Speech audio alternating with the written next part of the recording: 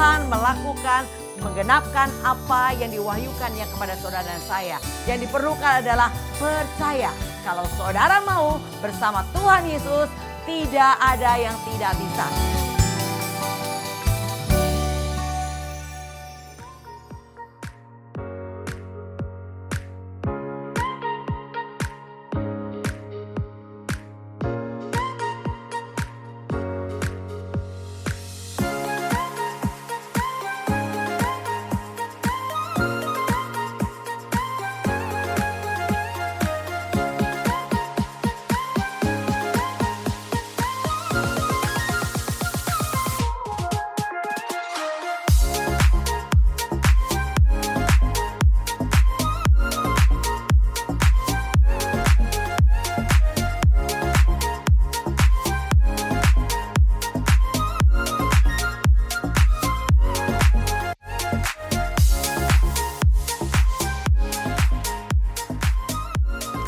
Shalom sahabat Prabot, salam jumpa kembali bersama GOB, Generation of Breakthrough.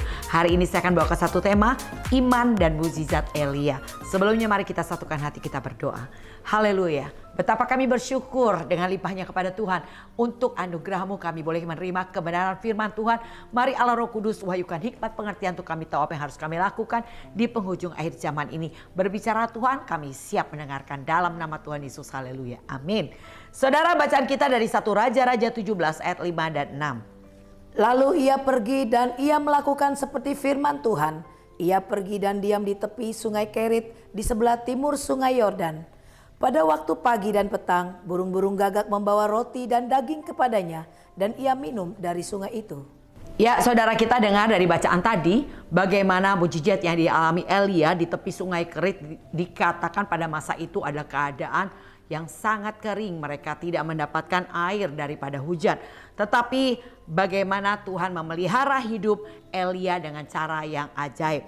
Nah, setiap kita pasti mengalami yang namanya beban, persoalan atau masalah, saudara.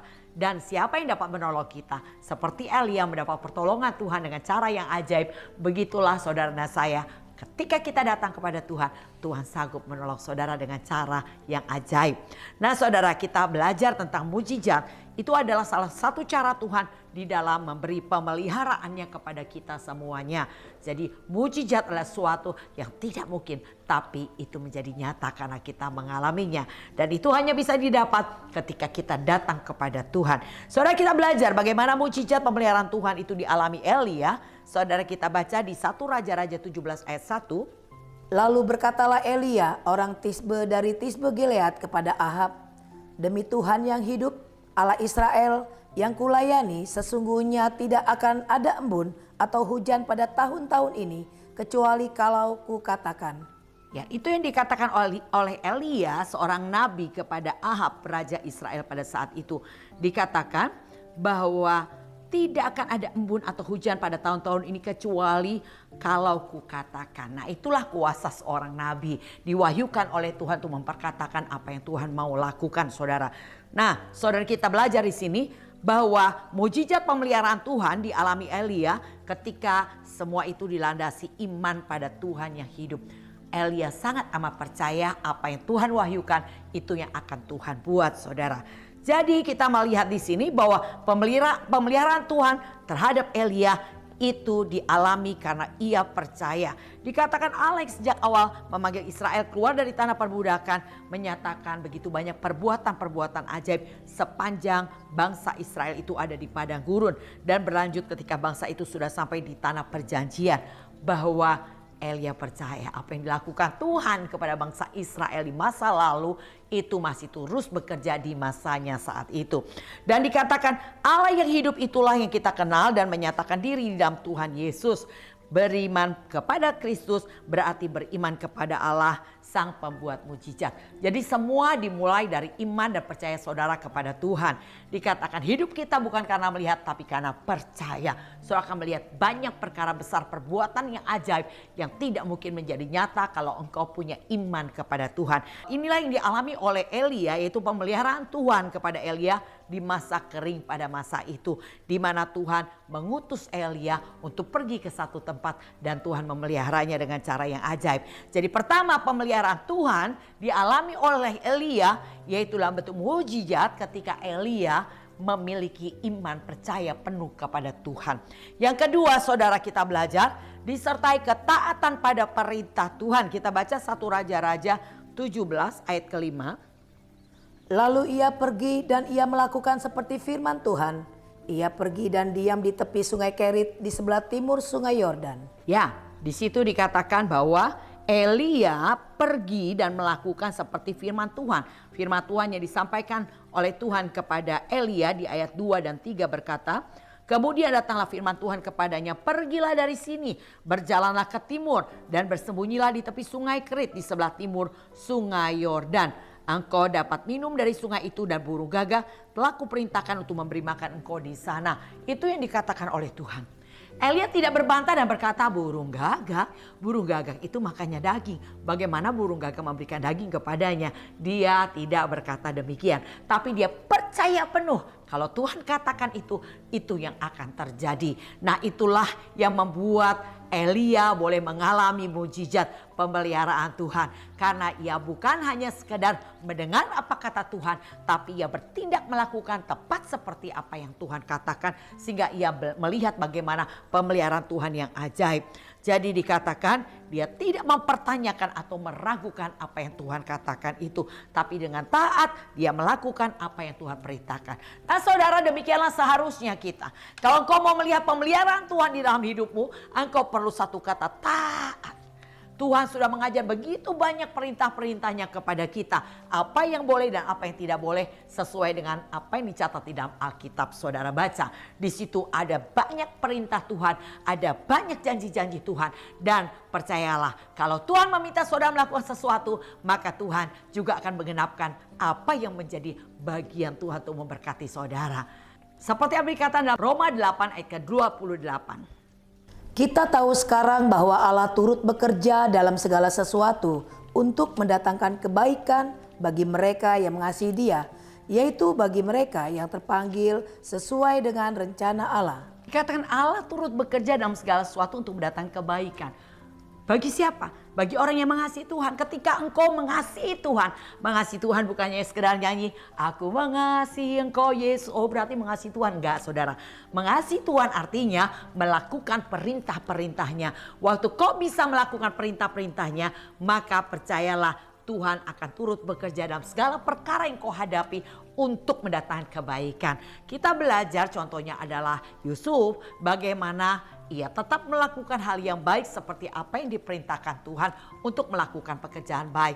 Tetapi yang terjadi adalah ia mengalami begitu banyak proses dalam hidupnya. Ia dibuang oleh saudara-saudaranya ke sumur, ia dijual sebagai budak, ia difitnah masuk penjara, ia dilupakan selama 2 tahun. Tetapi tidak membuat Yusuf berhenti melakukan pekerjaan baik. Artinya ia tetap mengasihi Tuhan. Berikutnya kita lihat bagaimana rencana Tuhan dari awal ketika Tuhan menyatakan melalui mimpi kepada Yusuf bahwa ia akan menjadi penguasa, itu digenapi pada waktunya. Nah, saudara, kita belajar semua dimulai dengan landasan iman. Iman percaya penuh kepada Tuhan dan taat melakukan apa yang diperintahkan Tuhan. Berikutnya engkau akan kagum. Kau akan terheran-heran akan kedahsyatan Tuhan. Tuhan yang kita sembah Allah yang hidup, saudara. Tuhan yang kita sembah bukan Tuhan yang punya mata tidak bisa melihat. Tuhan yang punya mulut tapi tidak bisa bicara. Tuhan yang punya telinga tapi tidak bisa mendengar. Tuhan yang kita sembah adalah Allah yang hidup. Amin. Nah, jadi yang diperlukan adalah engkau percaya kepada Tuhan dan belajar taat melakukan perintahnya. Berikutnya janjinya adalah pasti. Bahkan dikatakan dalam Filipi 4 ayat 13. Segala perkara dapat kutanggung di dalam Dia yang memberi kekuatan kepadaku. Ya, saudara hanya perlu percaya akan janji Tuhan. Bahwa segala perkara apapun kau hadapi, kita pasti kuat menanggungnya.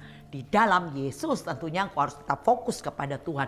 Tidak ada yang tidak bisa saudara lakukan. Kalau saudara mau bersama Tuhan Yesus, saudara dan saya pasti bisa. Nah, itu adalah satu iman yang harus saudara perkatakan dan imani. Bahwa kita diciptakan segambar dan serupa dengan Allah. Halo saudara, saya mau katakan kebesaran Tuhan, kedahsyatan Tuhan, kehebatan Tuhan itu juga ada pada saudara dan saya. Kita bisa lakukan banyak perkara besar. Tapi seringkali kita membatasi kuasa Tuhan yang hebat yang bekerja di dalam diri kita dengan pikiran kita sendiri yang hanya sebesar Bapa, saudara. Kita tidak bisa berpikir sebagaimana Allah berpikir. Oleh karena itu kita harus terus membaca firman-Nya setiap hari. Kenali Tuhan melalui prosesmu dan kau akan tahu bahwa Tuhan kita hebat. Tuhan menciptakan kita dengan satu kemampuan yang sangat besar. Engkau hanya perlu mau. Engkau hanya perlu berjuang, saudara. Berikutnya kau akan lihat bukan saudara, tapi Tuhan yang turut bekerja di era Roh Kudus, di mana Roh Kudus bekerja dengan sangat luar biasa kepada orang-orang percaya. Engkau hanya perlu taat. Berikutnya Roh Kudus akan memberi kekuatan. Roh Kudus akan memampukan, tidak melebihi dari kekuatan kita. Setiap apapun yang kita hadapi, kita pasti bisa melewatinya. Dan Tuhan selalu berkata bahwa kita ini adalah orang-orang yang pasti akan keluar lebih daripada orang-orang yang menang, saudara. Bukan kita yang berperang, tapi Tuhan yang berperang ganti saudara. Apa yang tidak bisa kita lakukan? Kalau kita disertai Tuhan yang hebat, Tuhan yang besar, kita pasti bisa lakukan banyak perkara besar. Tapi yang diperlukan hanya taat. Ketaatan pada perintah Tuhan itu adalah satu kunci ya untuk pemeliharaan Tuhan. Taat melakukan perintahnya. Dan bahkan dikatakan Filipi 4 ayat 19. Allahku akan memenuhi segala keperluanmu menurut kekayaan dan kemuliaannya dalam Kristus Yesus. Itu adalah janji Tuhan. Bahwa Tuhan sanggup mencukupkan segala kebutuhan dan keperluan saudara menurut kekayaan kemuliaannya. Bukan menurut kekayaan dan apa yang ada pada saudara, tidak.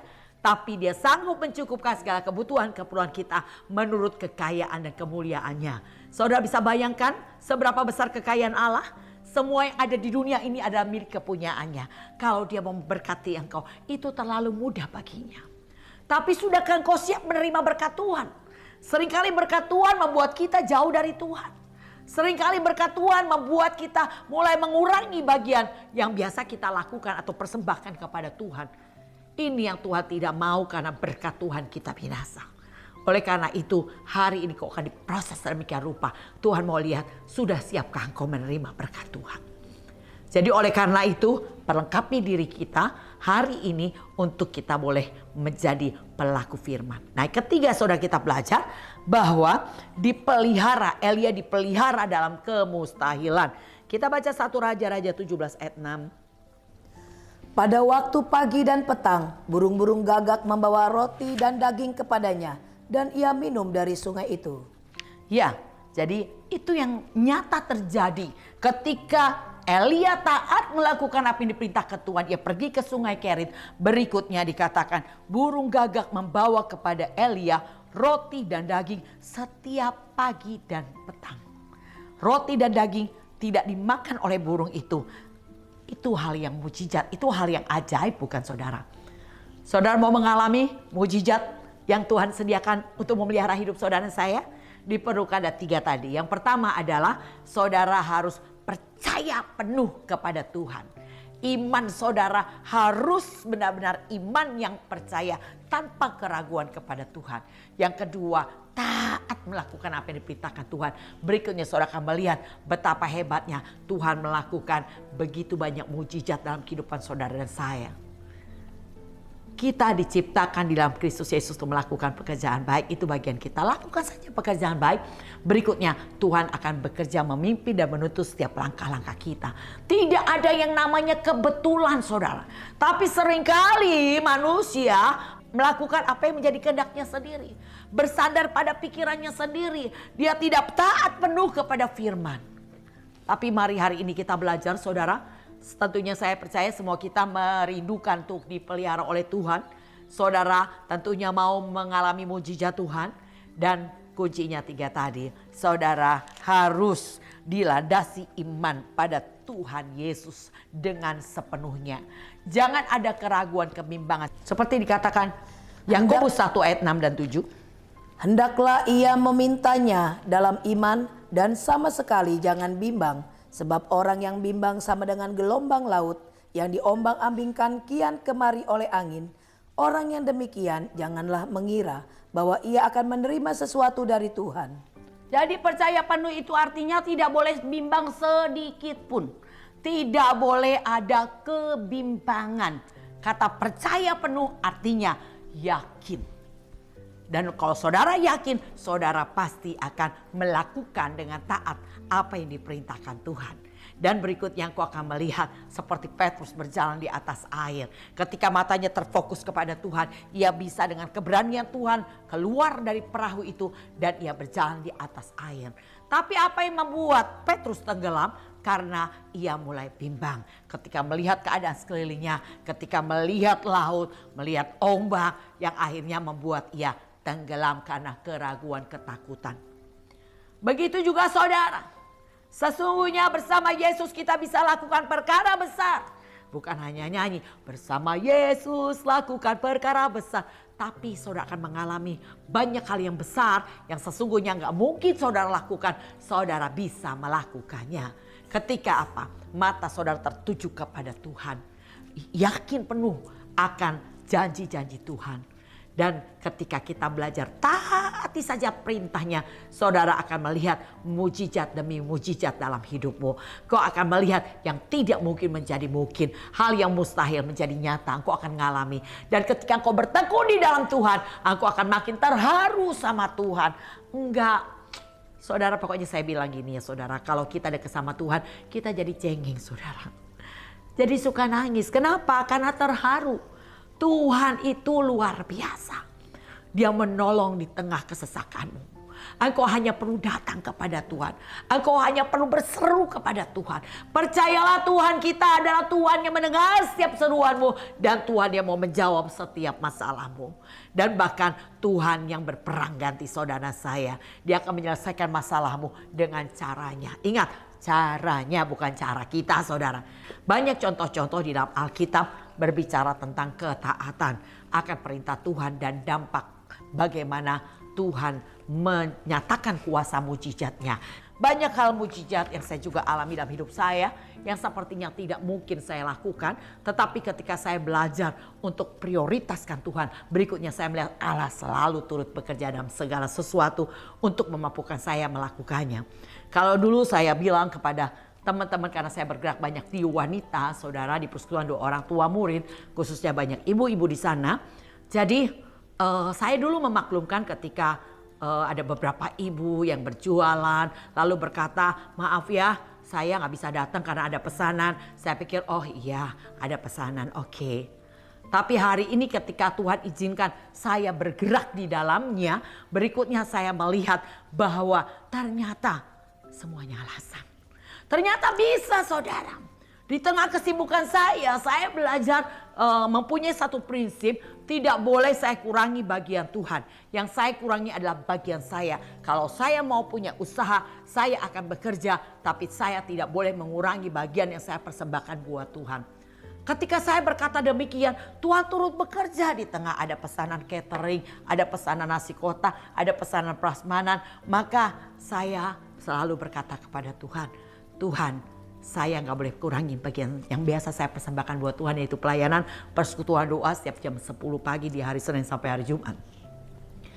Tetapi ketika saya melakukan, Tuhan memberi ide kreatif untuk saya mengerjakan segala sesuatunya dan bisa selesai tepat pada waktunya. Seperti contoh 3 hari beberapa hari kemarin, yaitu saya mengikuti ada satu event yaitu Everyone di SICC, dan saya pulang sampai rumah tuh jam 12 malam saudara. Sedangkan saya harus mempersiapkan titipan makanan setiap pagi dan juga catering yang harus saya selesaikan. Sedangkan saya berangkat jam 8 harus sudah berangkat. Bagaimana caranya? Dan Tuhan izinkan di hari kedua itu saya agak cedera karena pada saat itu saya diurapi dan saya terlempar, saya nggak ngeliat di belakang saya ada kursi. Sehingga saya di pinggang saya ini mengalami sedikit cedera ya saudara, dan saya sakit sekali. Tetapi saya nggak pernah berpikir negatif tentang Tuhan. Saya percaya kalau pengurapan Tuhan, saya pasti nggak apa-apa saudara. Dan saya masih harus berjuang, di mana saya masih harus bikin beberapa makanan untuk saya siapkan dan untuk catering besok. Tetapi saya selalu berkata tidak ada yang tidak bisa. Tenang, saya pasti bisa. Di tengah sakit itu saya berjuang. Dan ada berapa bilang udahlah gak usah ikut hari ketiga. Tidak, saya bilang kalau sudah memulai tidak boleh mengakhiri sampai Tuhan Yesus datang. Dan buktinya selama 3 hari itu saya masih tetap bisa jual makanan. Dan saya masih bisa menyelesaikan catering saudara. Dan tetap masih bisa ikuti sampai tuntas di hari ketiga. Dan di hari ketiga itu seorang hamba Tuhan berkata, di sini ada seorang yang mengalami cedera di pinggangnya. Tuhan sembuhkan. Saya bilang amin, saya sudah sembuh. Saya tahu sakitnya cuma karena memarnya, saudara, sebetulnya sudah Tuhan sembuhkan. Jadi percayalah kepada Tuhan, setiap kejadian itu adalah latihan yang Tuhan izinkan untuk melatih saudara menjadi penerobos. Jadi kalau saudara mau latih diri saudara ibadah, memang ibadah yang sempat, kalau bisa, kalau semua baik itu gampang. Banyak seluruh dunia bisa melakukan itu. Tapi ibadah yang sungguh-sungguh yang Tuhan katakan dalam 1 Timotius 4 ayat 8. Yaitu ibadah yang mengandung janji untuk hidup ini dan hidup yang akan datang. Dan ini perkataan benar dan patut diterima sepenuhnya. Jadi ayat 9 katakan, oleh karena itu kau berjerih payah dan berjuang. Itu bukan hal yang mudah. Dikala menghadapi hal demikian, apakah saya masih berjuang? Saya latih. Ketika saya melatih diri saya ibadah, hari ini bukan hal yang sulit untuk saya bisa tetap melakukannya dan terus bertekun melakukannya. Dan saya cuma bilang saya akan menyelesaikannya sampai tuntas. Saya harus didapati Tuhan sedang melakukan pekerjaannya pada saat Tuhan datang menjemput saya. Hendaklah begitu juga buat saudara saya. Berbahagialah hamba yang didapati tuannya sedang melakukan pekerjaannya pada saat tuannya datang. Biarlah itu juga adalah saudara dan saya. Belajar setia. Belajar saudara tekun. Dan ingat, ketekunan hanya bisa didapat kalau saudara taat. Tanpa ketaatan tidak mungkin ada ketekunan. Dan sangat amat mustahil ada kesetiaan. Sebab Tuhan berkata Wahyu 17 ayat 14. Mereka akan berperang melawan anak domba, tetapi anak domba akan mengalahkan mereka, karena ia adalah Tuhan di atas segala Tuhan dan Raja di atas segala Raja.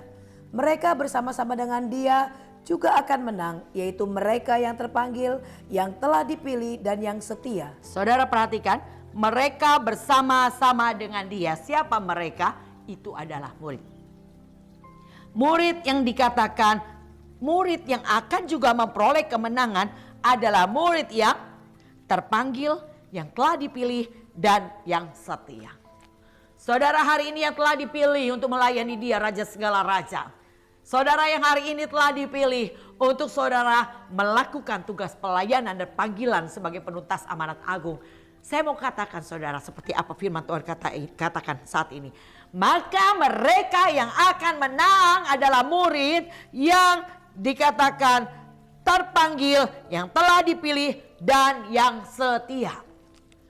Pegang apa yang ada padamu, Wahyu 3 ayat 11 katakan. Jangan seorang pun mengambil mahkotamu.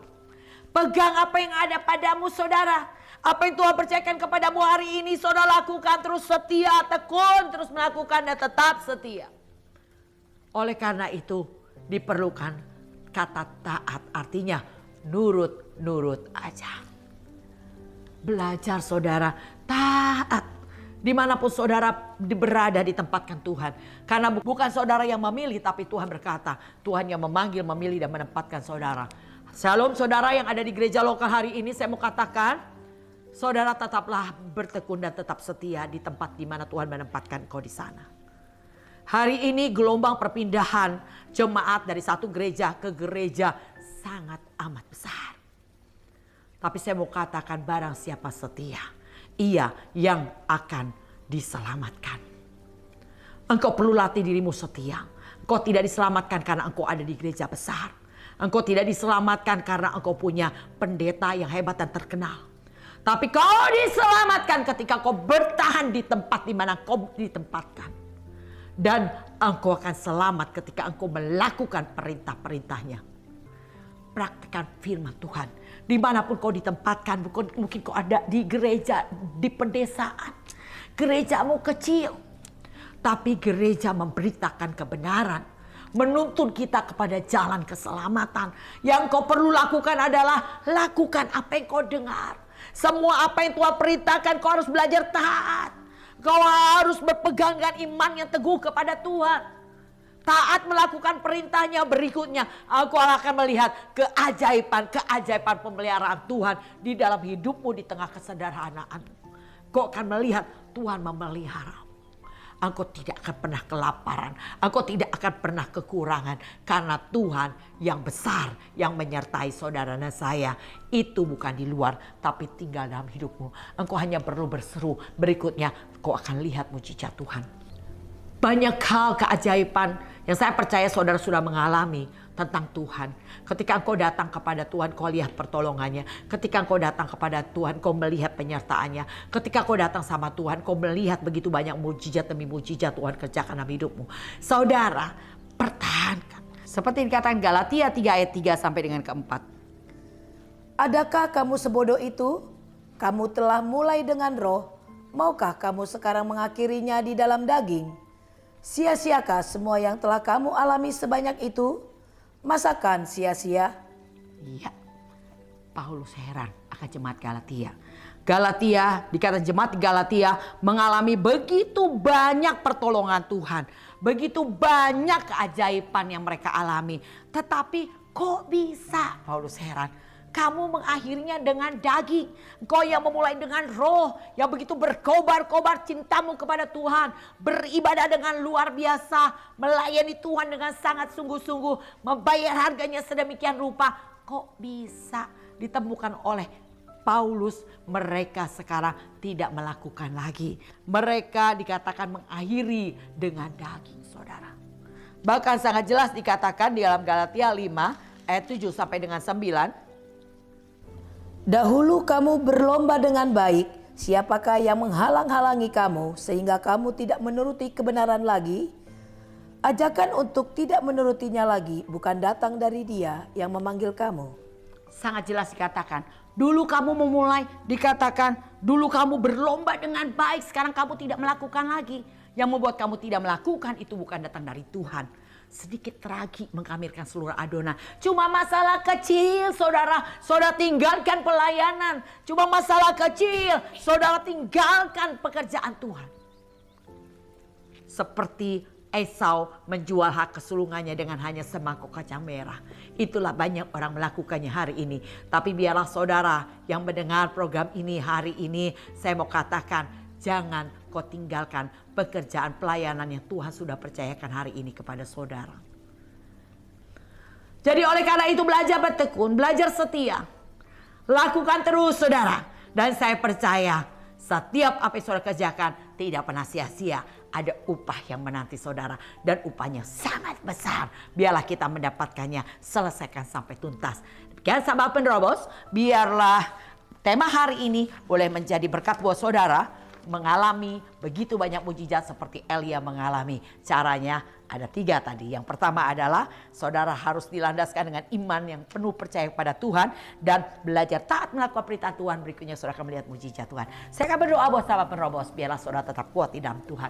Haleluya. Terima kasih Tuhan untuk apa yang sudah kami dengar. Kami mau belajar seperti Elia mengalami begitu luar biasa mujizat dalam pemeliharaan Tuhan. Sedemikian ketika kami melakukan seperti apa yang Elia lakukan. Yaitu memiliki iman penuh kepada Tuhan. Taat melakukan perintah Tuhan. Berikutnya mengalami mujizat. Sedemikian kami percaya. Kami belajar dari Nabi Elia. Dan kami ketika melakukan. Kami pasti memperolehnya. Dalam nama Tuhan Yesus. Demikian sahabat penerobos. Biarlah apa yang saudara dengar menjadi berkat buat kita semua. Tetap semangat. Dan saya tetap mengundang sahabat penerobos untuk bergabung bersama kita semua dalam komunitas pemuritan GOB. Silakan catat nomor di bawah ini dan katakan saya rindu bergabung. Saya akan kasih link Zoom buat saudara. Mari terus selesaikan pertandingan iman kita sampai garis finish. Tuhan Yesus memberkati. Salam GOB.